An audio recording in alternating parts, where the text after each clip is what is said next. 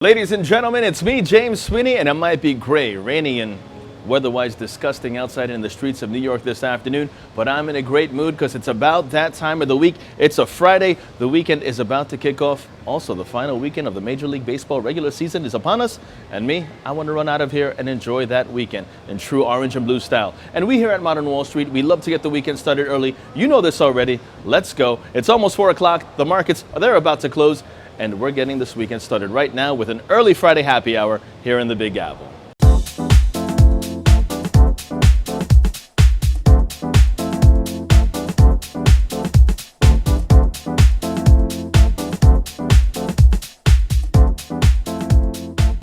Now stocks, they are sharply higher this Friday as investors continue to keep a close eye on Deutsche Bank shares after a fall that triggered a broad-based sell-off yesterday and overnight. Now, Deutsche Bank's U.S.-listed shares hitting an all-time low on Thursday, this after Bloomberg reported that approximately 10 hedge funds were reducing their exposure to the bank.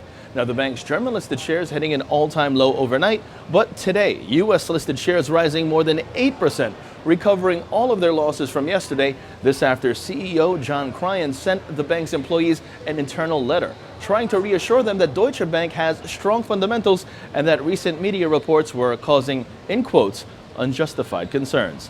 It's been a seesaw 2 days for the German banking giant. Moving on, OPEC agreeing to a production cut on Wednesday that would be enacted in November, but stock market participants continuing to remain skeptical about this agreement.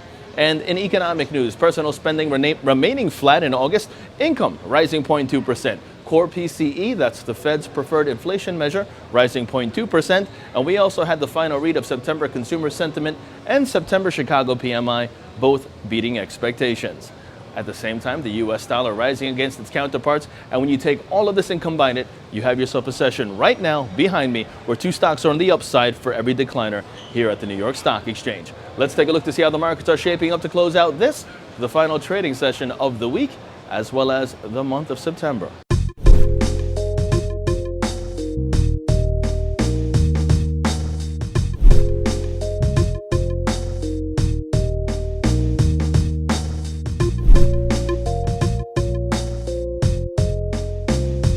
And as always, it's a Friday and it's time for a quick sports rundown. Chelsea playing Hull tomorrow at 10 o'clock a.m. Eastern Standard Time. The Ryder Cup is this weekend.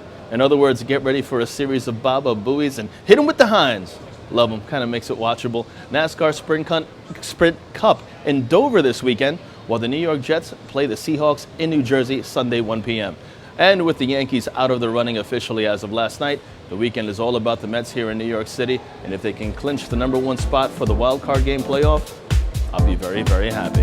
And rather than end on my normal note, here is, in conclusion, a special announcement from yours truly regarding Modern Wall Street next week.